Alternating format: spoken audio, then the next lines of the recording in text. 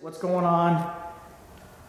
Well, the dream of the Christmas guitar came to me back in the mid-90s when I had a really bad illness. I ended up in the hospital. I never knew that the story would come to me. I started writing it during my time of recuperation.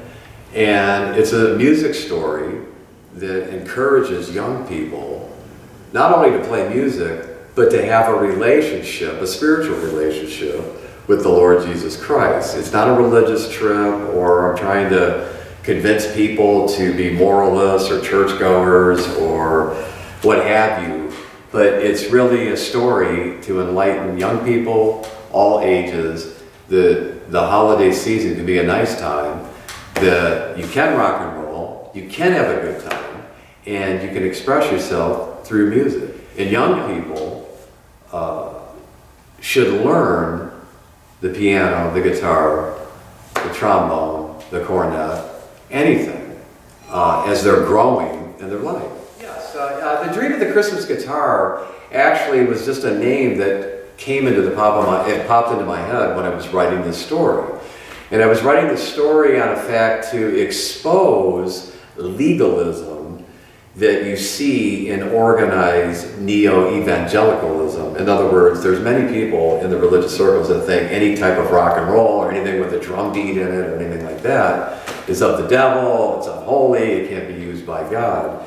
And what I'm trying to portray in this story is that no matter what type of music that you do, if it be rock and roll, if it be country western, bluegrass, jazz, what have you, that your heart should be looked at of what message that you're trying to portray to people. Well, if people would understand, right now it's available to hear me listening or hear me reading it to you. It comes in 4 parts, the way it was downloaded on YouTube, and anybody can go on there and listen to the story. My goal is I believe that it'll be the greatest Christmas movie in the history of Hollywood, and I know that sounds overconfident, not just for my glory, but for God's glory, but to touch people in a certain way. So if people want to learn about the story, they can go on YouTube, they can listen to the story. And my goal is to get somebody that can make a movie of it. It's not in book form yet, and so if there's a publisher out there that somebody wanted to publish it, I suppose I could get it published. But I would like the idea to get to the big screen. Talk a bit more about some of the ideas that you have concerning the story. Oh, the movie, it is beyond measure of what you could do in a movie. And some of the ideas that I've thrown around, I'm just like anybody else. I've seen other movies. There's good movies and there's bad movies. So it's endless. Casting is everything when you're making a movie. If you don't have the right people and the right screenplay, you could have the greatest actors and actresses in a movie, but if the screenplay is terrible or it waters down what the original message is, you're going to be destroying everything that you're trying to do. So my idea with the Dream of the Christmas Guitar is do a movie that it is rock and roll, it does have a righteous message in it, but it's not the same old garbage that usually comes out of the Hollywood time during the holidays that's usually trash. And quite frankly, most of our traditional people out there love the Scrooge movies. I mean, I think every character is every actor in Hollywood's almost done that part. So, my whole idea of doing this story, it was a story, and I'd love to see it done in a movie.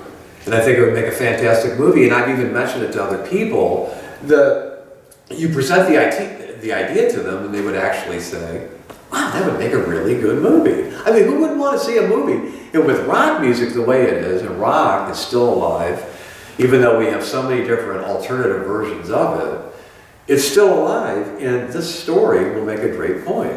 And the right people and the right screenplay is critical, but you stay true to the basic structure. When you learn music, what it does to your soul and what it does to your mind, I think you become a better person. I'm not saying that everybody that's ever been a musician in their life has been, perfect saints and perfect people. But I think it teaches patience in someone's life, and it teaches diligence to be great.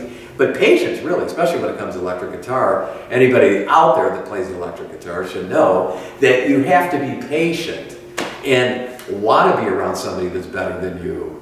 and not be intimidated, because that's how you learn, and be humble.